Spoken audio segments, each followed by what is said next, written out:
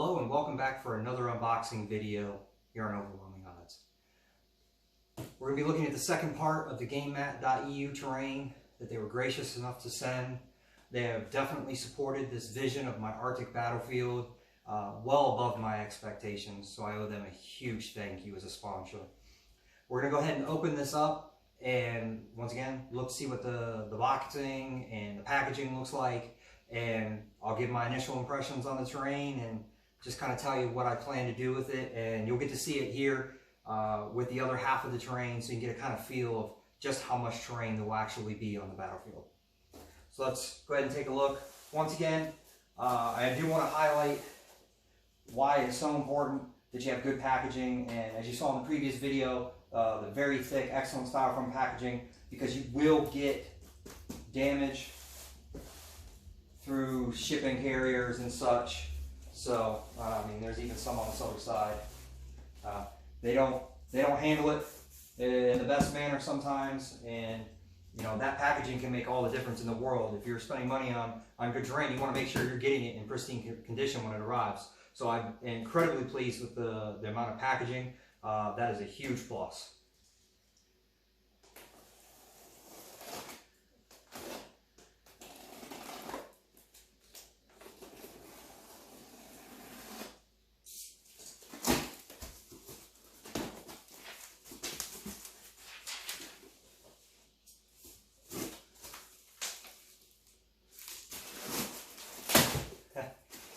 So heavy, I don't know if I can pull it out this way. We're going to have to tip it. And slide it out.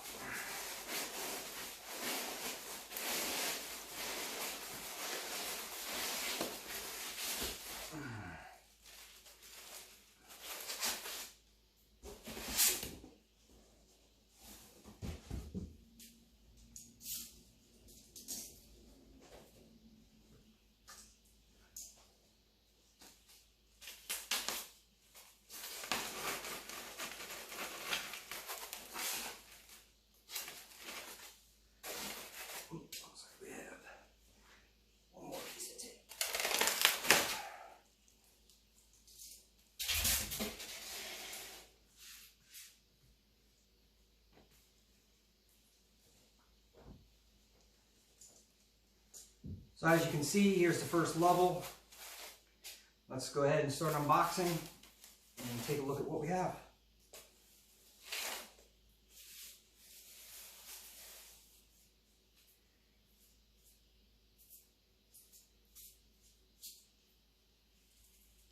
So this is one of the ruined containers, and right off the get-go, I think I'm going to go ahead and do something here as we're doing this unboxing, just to give you an idea of what you can do with this type of terrain.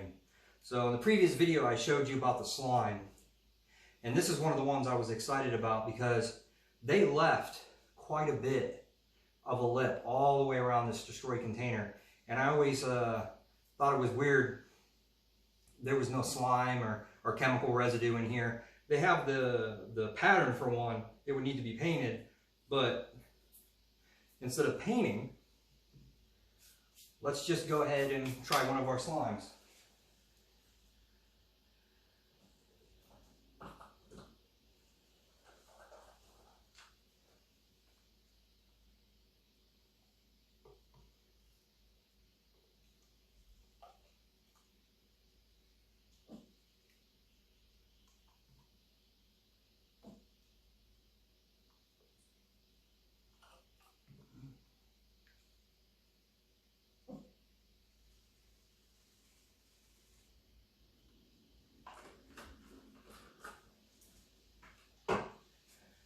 We'll let that level as we're doing the rest of the videos, but you can already see, look how tremendous that looks. It adds so much to just throw a little bit of the slime in there, and you know once again, this is going to self-level as we're talking, so you'll kind of see it go flat, because I want to really demonstrate what kind of effects you can get with the slime with this type of terrain, because that's what it's designed for. I mean, this is their chem set.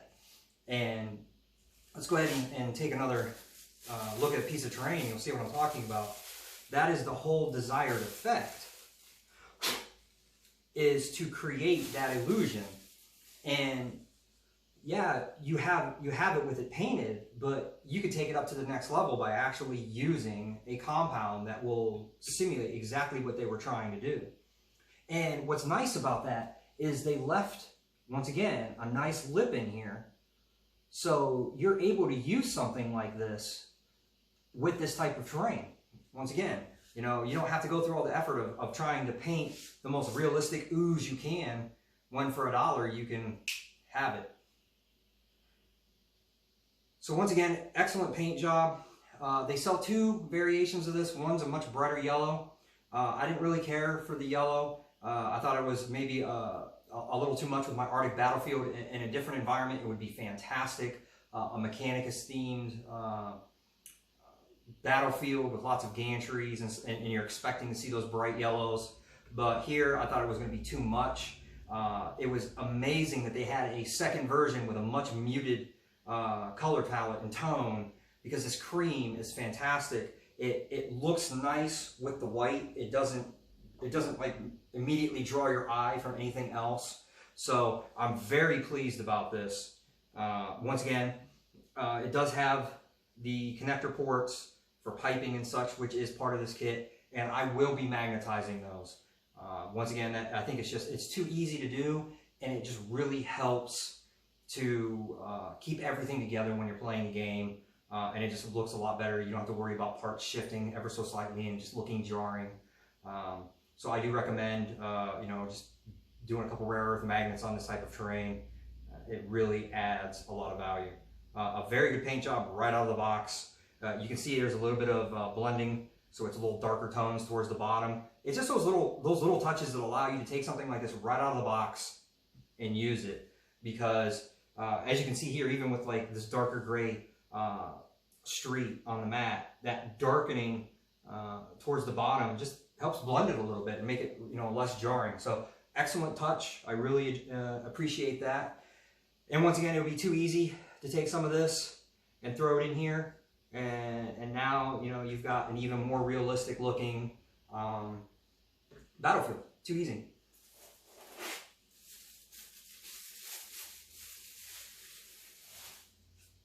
Here's another piece, and once again, what's nice about this is, even though this one is enclosed, because they left just enough of a lip, you would be able to put some of this material in. And that's kind of the benefit too of using a product like the slime, because if you paint it, you're kind of stuck with it one way. If I paint this to look like this, I can't use it closed.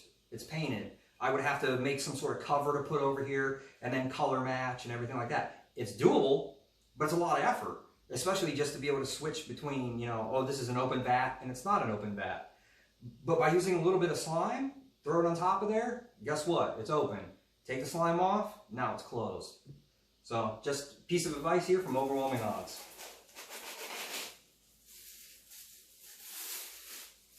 And this is a nice touch too, because while they could have very easily given 3 pieces of terrain, same height, one open, one closed, maybe another one open or closed, they give you one that's twice the height. And that really helps break up that two-dimensional look across your battlefield. It gives you that extra height that, like I said, I've harped on so much. That little bit of height makes all the difference in the world, because it allows you to see over things when you're, especially if you're a ranged army. You know, I use a lot of very dense terrain placement, and height overcomes the density, because it makes you then want to gain height in a game to overcome the sheer amount of terrain. So it makes movement more important, it makes positioning more important, it makes those key points critical. You fight over them. And that's what would happen in real life. So, you know, this is excellent. The fact that you have 2 pieces of terrain that are different heights, it's a simple thing, but it matters. Once again, you could stack these. It was not intended. It's a flat surface on the bottom, but you absolutely could. And it does not look jarring at all. If you look, it just looks like another rib. So don't underestimate the ability to utilize this terrain in different aspects like that, because, you know, now I've got a huge tower, and you know that's providing cover for an Imperial Knight potentially. If it was sideways, you might be able to get behind that. Riptide easily could get behind that. So it's this type of versatility that allows you to do very unique things with your terrain. And the nice thing about this is this doesn't have any of those connectors like this other terrain did that would have, you know, definitely from my point of view had to be dealt with and maybe potentially cut off to enable that stacking. This doesn't have that. So out of the box, you're good to go to create something like this. And it's realistic, it's believable. So that's fantastic. I like the ability to create different pieces of terrain by just combining, adding, stacking, just the ability to be modular. Let's save the pipes for the end. So we have a bunch of industrial containers. This is some of the best scatter terrain, just because it's big, blocky. It's going to block line of sight. Inquisitor needs to come back and make an appearance. That's perfect. You're not going to get any better than that. You could easily get a squad of 5 behind there, 3 in the front, 2 in the back, and you're going to block some line of terrain, line of sight. Squad of 10, based on firing angles and stuff like that, it'd be a little bit harder. 5 you can easily get away with, but once again, you just use multiples and you're good to go. Once again, the height is good, plenty wide enough to be up on top, which is fantastic. This is actually very detailed for a piece of simple scatter terrain and a crate. There is so much detail. I mean, between the piping, the hinges, which is an excellent touch. I don't think I've ever seen hinges on a crate before. Typically, they're shipping crates. You see the doors on the sides and stuff. I like the fact that this has clamps and hinges. It's just a neat touch, something you don't typically see. Lots of rivets. So if you like picking rivets out, this is for you. Fantastic. And if you look, it's definitely smooth enough on top to stack these. So plenty of surface area. Nothing protrudes up above these points. So it'll be easy to stack. Let's go ahead and take a look at that. Same thing with the sides. Nothing protrudes out of the sides. That's going to cause a gap. So you can get a nice mating finish there and there. So now you can easily block off, 10 models or a larger unit. And then as far as the stacking, absolutely perfect. That's exactly what you want. And there's not enough of a gap between the seams where, you get that guy who's like, oh, I can see your model in between the gap. Good luck with that, because it's less than a 32nd of an inch. So you're probably not seeing much of anything through there.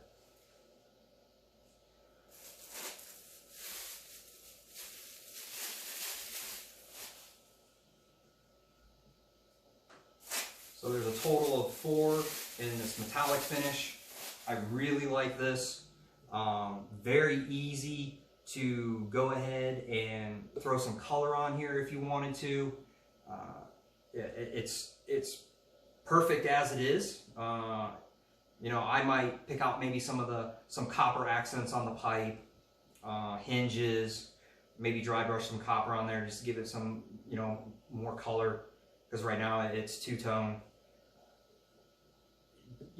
Definitely throw some placards, labels, and stuff like that on there, and it's really going to look nice. You can use some of your decals from some of your model kits, put some Imperial Eagles or Aquilas on here, or any number of things, and really, make it thematic to maybe a particular army, or, make it Mechanicus themed. Too simple, very versatile. And then I really like this as well, because they have 4 more that are in the same color palette and pattern as the waste vats, chemical vats, if you will. And that's nice, because then you get some differentiation that, hey, maybe this is a liquid container and this is for cargo, crates, weapons, or whatever. So the fact that this matches just kind of ties everything together. It's very nice aesthetically when you're playing to have your terrain match. And what I really like is it looks so good with the other set of terrain, just setting out small pieces like this, it's going to be cohesive. Because once again, the end result is to do, you know, a nuclear weapons facility with a military theme, and, you know, you need your manufacturing, your chemicals, your processing buildings, command and control, security garrisons, and right now I have a majority, if not all, of those elements already. And the other nice thing about terrain like this is the ability to stack it. Those nice wide flat surfaces here are excellent. There's, you know, it's not teetering, and, you know, I always do some dynamic stuff, but it's too easy to stack and get that height. That's why this scatter terrain is so versatile. It allows you to do so much configurations and layouts. You can really create and enhance different paths throughout the battlefield. So you kind of control the floor of the battlefield, to be quite honest. You know, if you have a lot of terrain in the middle, then people are going to fight over the middle. If you have it scattered to the outskirts of the board, people are going to gravitate towards the outskirts of the board. You know, nobody likes getting shot in the face when wide open. You know, if you can prevent it, you're going to use your terrain to do so. So this is absolutely astounding. I can't say enough about the terrain so far. This is a phenomenal amount of terrain. You know, if you bought Games Workshop containers, you're spending an arm, a leg, and probably a kidney and a couple other organs you can spare to fund that endeavor. So this is fantastic. I've always wanted as many crates as I can get. I do want to do like a cargo yard style battlefield at some point, and this is just going to go a long way to helping with that. So absolutely fantastic. Let's look at some of these piping. And I do really appreciate that they're a different color of silver. They're going to stand out. They're not going to blend in with this other stuff. You do want that color variation, and it'll be very easy to, like I said, to put some magnets on here. And there's actually a lip, so it doesn't look like I'm going to have to drill into here,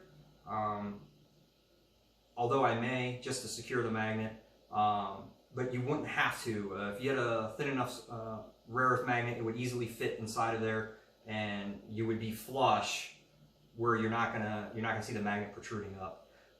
More than likely though, I would drill it just because I think it'll look better aesthetically. So very good. Let's move some of these containers.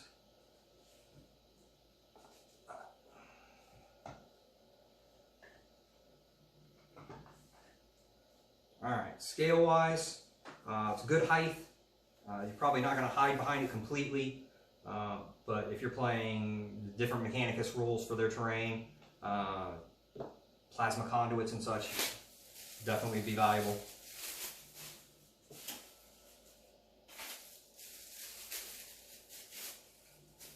So I have different types. I really like this element. This is a pumping mechanism, and the reason I know this because those are vanes for dissipating heat. In the military, whether you're pumping fuel or chemicals or whatever, you're going to see these all the time in any kind of pipeline or whatnot. They'll have these raised vanes to help dissipate the heat that the pump is generating. They're basically radiator fins. So that's such an interesting touch, because then, you know, it's like, hey, this piece is responsible for, you know, pushing whatever chemical, liquid, substance, gas, whatever is inside these pipes. And that's nice because I wanted to do some labels where you have directional flows and stuff like that. And that makes sense because, you know, you could have it, you know, coming in and then being pumped out or vice versa. So it's nice little touches like that that really make terrain that much more versatile. It makes it look realistic. And it's not like, hey, I put down this piece of plastic tube and it's a pipeline and it does stuff. You put some labels and some warnings and some directional arrows on there, identify what's actually in the pipes, and I will be showing how to make magnetic placards. So, you know, where you have your directional arrows and you put a very, very tiny little magnet and you magnetize to like some cardstock or whatnot, And then you're able to rotate that arrow so you can change the flow, put different placards on there for different things. And now your terrain is even more versatile, where you're able to elaborate on a narrative, but you're not locked in. You know, I try to avoid painting on something that's going to make it permanent and then lock it into a particular role or function. It's too easy to just magnetize or like I said, think of outside the box methods to, to use this closed and open. Look for that type of versatility in your terrain, because it really helps to get the most out of it. Because once again, terrain can be expensive. Get your value out of it. So far we have 2 pumps in the pipe. We have, this also looks like a form of pump, because this looks like part of a exhaust system for where there's probably motors in here. It's a different type of pump. This is an inline. This looks like a centrifugal force one, like a water pump in a car. And then you have your access ports and outlets. This looks more like a steam pipe, where maybe it's able to vent out into atmosphere with a maintenance or access hatch. So that's nice, because you're getting different types of piping that you can use different ways. So here's a 4th type of pipe. You've got some gauges here, control panels. So that's excellent, because now you have a command and control piece for your pipeline. Maybe this is an objective marker. You need to shut down the piping because there's a reactor overload or something like that. So now you can make this the focus of the battle. So it's little touches like that that are so nice, because it allows you to create narratives that make sense, and the terrain helps portray that.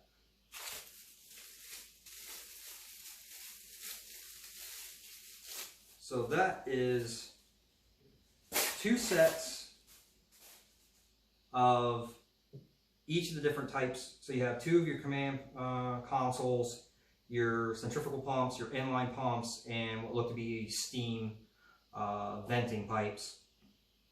So that's outstanding. That's going to give you a lot. And lengthwise, you're looking at probably being able to go table side to table side, if I'm not mistaken. So once again, I'll be doing more in-depth analysis and the layouts and what all you can accomplish with this. Try to think of some really cool outside the box ways to utilize this terrain, and you'll see that on my website.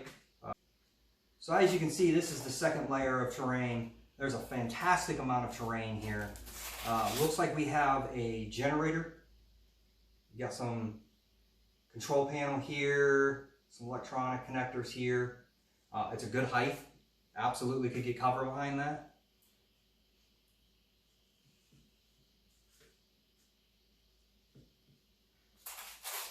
We have 2 of those.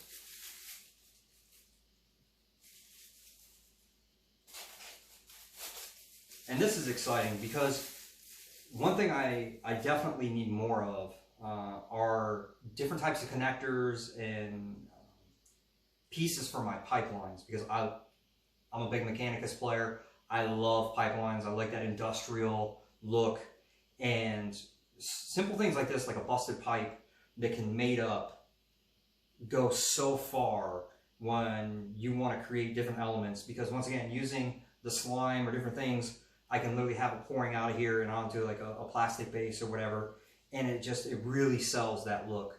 So having small connectors like this go so far. I probably would have built or bought this kit purely for this piece right here.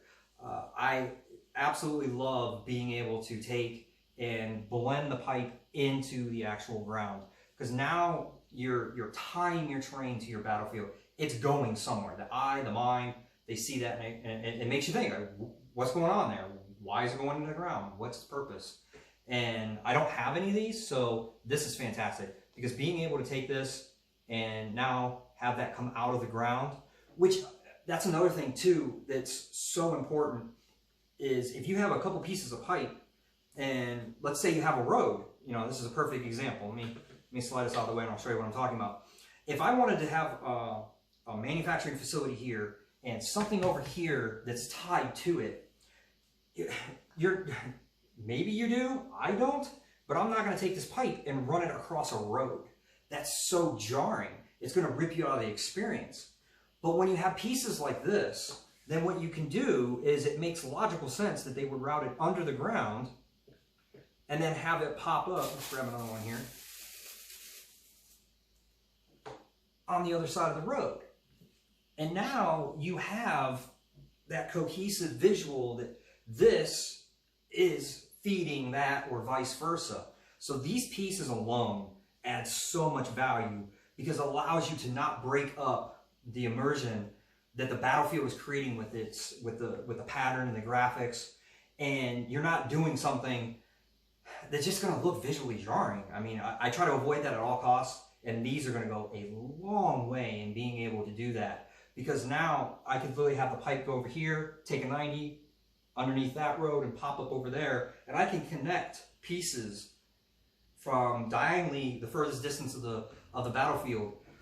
That's phenomenal. So I cannot, recommend those types of terrain pieces enough, because they help make the battlefield more immersive rather than less, and it makes it so your terrain is less restrictive, because now these pipes and everything like that, I'm getting more bang for the buck, to be quite honest, because I can make a pipeline that covers a dramatically greater distance, but it's not where every single piece is touching, because I can now have it go under the ground and realistically so where it would. So now I'm able to stretch a pipeline, the full 6 foot or even further. So definitely something to keep in mind. It is little pieces like this that really add a tremendous amount of value. And the fact that they give you so many of them, phenomenal. Very pleased with that. That is going to be a game changer and a Battlefield enhancer for sure. It gives you so much versatility. And then once again, another piece I did not have, I actually was thinking about making some up, is your 4-way connector, because now you can go 3-way, 4-way, and that just, it's almost essential when you're working with pipelines, because you want to be able to branch out and tee off and potentially run it. And a lot of times, and this terrain is actually built for that, because they have all these connectors where these pipelines can mate up. They're a brother and sister pair, if you will. So being able to run piping to all of my terrain ties it all together. It makes it so that it isn't singular pieces of terrain dispersed across the battlefield.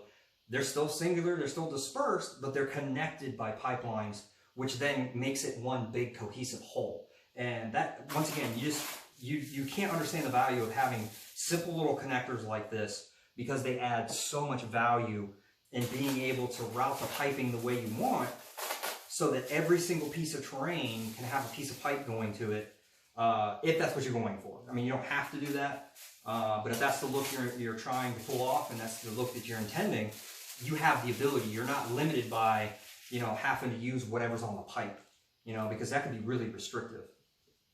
Which I will point out, these 4 pieces have no lateral pipe junctions coming off. These have 3, which is fantastic, and these ones have 2. So once again, outstanding design.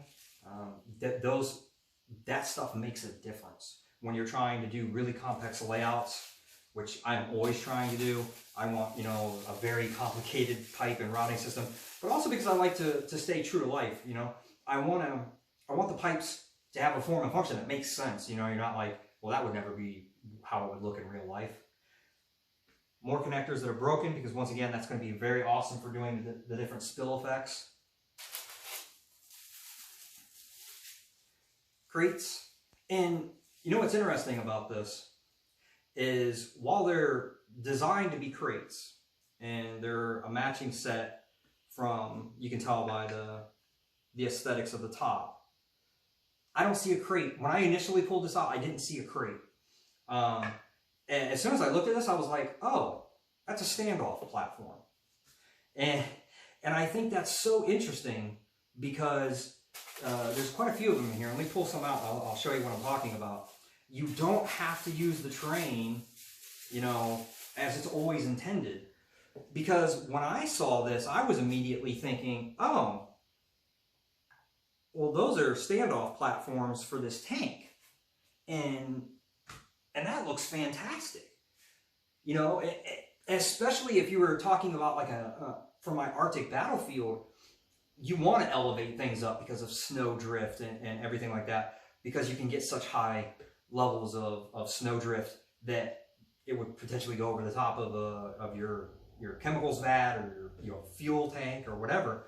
So as soon as I saw these, I was like, oh, that's super versatile. I can totally use those to elevate a lot of my terrain.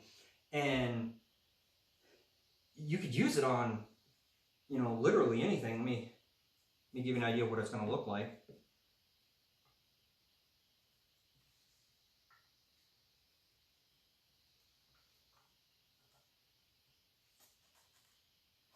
And now you have this elevated, you know, like habitat.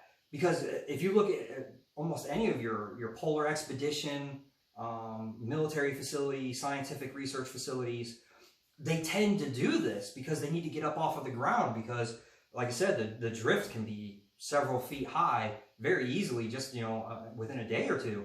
So this allows that wind to go through, and then it doesn't provide that windbreak that's going to dump a lot of drift. And if it does, you're elevated enough up where it's not going to matter. And you'll see, you know, there'll be a lot of stairs and platforms, because they need to get up off of the ground.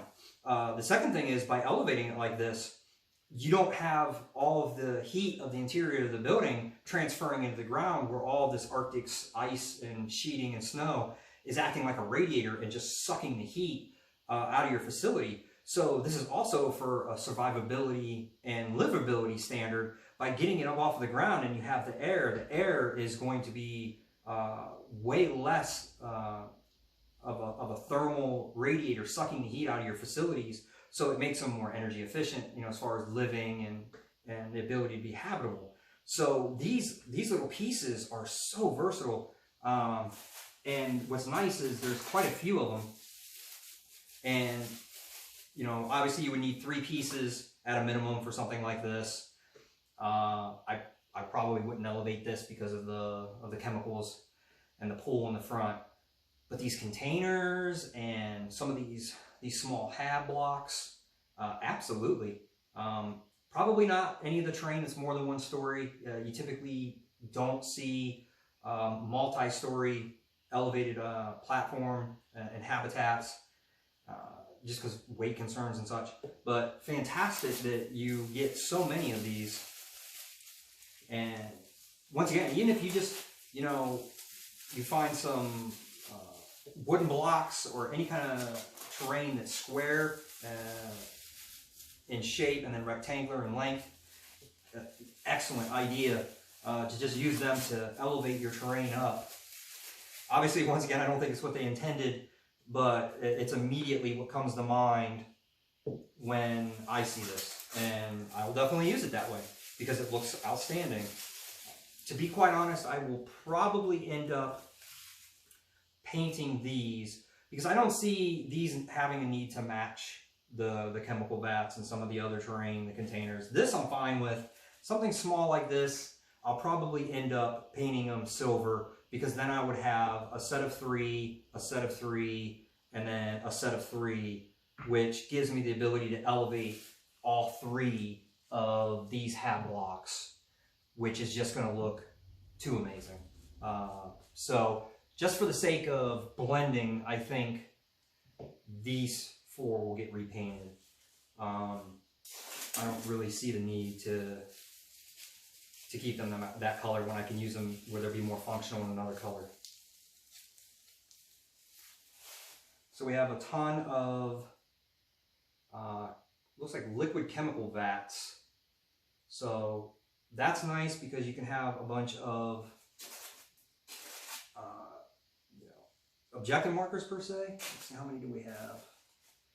So 1 shy of being able to have 6. However, there's another set. So once again, with something like this, I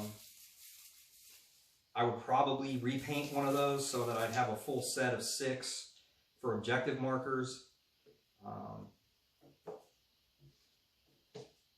Because why not? Why not have 6? So I would probably take one of these and repaint it to match one of those, and you have your full set of 6, and then you'd have a set of 4 to use for whatever.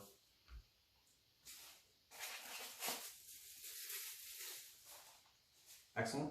Another one of those. Which is nice because then you'd have a set of 3, a set of 3, and then a set of 4 if you wanted to do 4 legs under one of these and rather than 3. Or if you had a building or a bunker or something like that that you wanted to elevate, then you could. You would have the 4 to be able to do each corner. So it's actually, I thought it was a little odd that you had 1 extra, but I think they were trying to make 10. And I think that extra one's actually going to be pretty valuable because, like I said, initially I was going 3, 3, and 3. Being able to have that extra one for a full-size building is kind of nice because now you have a set of 4, and then a set of 2 you just wouldn't use. More broken pipes. And that is the entirety of the terrain. So between the 2 sets, this is an incredible amount of terrain that will easily cover the battlefield and give lots of line of sight blocking, key positions, height, and by adding in all the scratch built terrain that I made for the Arctic battlefield, I honestly think there's going to be too much terrain that I wouldn't be able to get everything on the table if I wanted to. It would probably be too cluttered, which is a good problem to have because that means that I'll be able to pick and choose different elements and still be able to cover the battlefield with the amount of terrain that I'm looking for. I hope that this unboxing has been helpful, that you can see just the sheer quality of the design elements. I mean, terrain, terrain is terrain, but it's what you can do with it that makes it so much more. I always say you don't want terrain that's just going to sit there and only do one thing. You want to be able to do different things with it, and there's so much diversity in the layouts that you can create with so many of these different pieces because of the connections, the piping, the junctions, the ability to go into the ground and not break up something that's going to be visually jarring. All of the containers. This is a double set between the Chem-Zone and the Fallout Zone. You need both. They're both good by themselves, absolutely. Very thematic in their own rights. But I think when you bring them both together, the cohesive whole is greater than the sum of its parts. Because between the buildings and the fact that the piping connects to those buildings just gives you so much freedom to do the narratives that you're going to want to do and create those battlefields you're going to want to fight on. And I like that because I spend a lot of time setting up a battlefield before we play. There's a lot that you can do by just taking 20 or 30 minutes and really sitting down and thinking like, hey, how can I lay this out? How is it going to look artistic but yet be tactical and strategic? And taking that little bit of time is worth it every game. I want a beautiful battlefield that when I go to play on it is very thematic.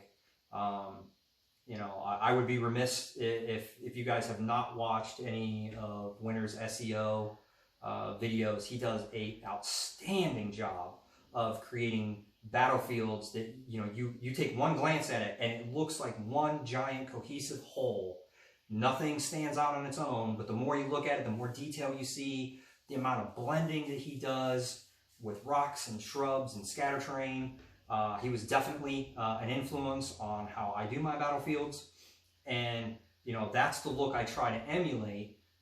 He was definitely a pioneer, and much respect goes out to him because he influenced a lot of what I do, and then I take it and I try to incorporate my own little spin, and I know where my niche is with the military type vibe and theme, and this is going to do an outstanding job of doing what I want it to do. I want that chemical facility vibe, and I'm going to get that in spades. I want a military feel, and these are absolutely something that I can use to do that. And the containers, everything is so good as is right now. I could use it out of the box. No, absolutely no qualms about it. It's going to be when I take it and do those little additive touches, like I said, with signs and slime, and I'm gonna do some pretty unique things to really bring that Arctic vibe, that military vibe, that weapons facility vibe, and tailor them even further while still maintaining the functionality and versatility to use them in so many different ways, where, you know, that's where the magnetizing is so important. And like I said, I do try to shy away from painting anything permanent unless it's something I'm going to always want to be permanent, because there's other solutions that you can do to be able to use them for different things, because they don't have to be chemicals. They could be vats of water. You know, maybe they're on a desert planet and water is the most precious resource. That makes these important all of a sudden. And, you know, that's where the really opaque blue slime would come into play. So you don't have to, you know, when it's, you know, it's a Chem-Zone set, it doesn't have to be chemicals. They could be, you know, air tanks on a planet with no atmosphere, and that's why you would have them closed. There's so much narrative that you can generate with terrain if you take the time to flesh it out and think about it and brainstorm and think about what you want to truly accomplish and what kind of battlefield you want to fight on. I hope this has been very helpful. I'm super excited. I'm going to continue the unboxing videos. There's still much more to come. I want to show you, once again, the scope and scale of my vision and what I want to accomplish. I'm super excited to finally have this on the table and see it and feel it and interact with it. And I cannot wait to be able to put some battlefields together and do some really in-depth analysis on my website and give you those, you know, the photography, the close-ups, how they interact with the battle mats and such, because this isn't the only battle mat that I received, and I'm super excited to be able to show that off here shortly. So once again, thank you for your time. I hope you found this incredibly helpful, and do support my sponsors. They are fantastic. They have excellent terrain, very good design cues, the ability to take them and be very modular with them, just the attention to detail. Once again, these are just phenomenal. There's so much I can do with that now. So do check them out. Terrain is expensive, but it's worth it. You're getting so much more than just an initial, you know, first glance, and your first initial impressions are going to make you think you're getting. It's so much more. There's so much you can do with this. So once again, I'm going to sign off so I can get back to producing some more video content to you. Thank you once again for your time, your viewership, and your readership on my site.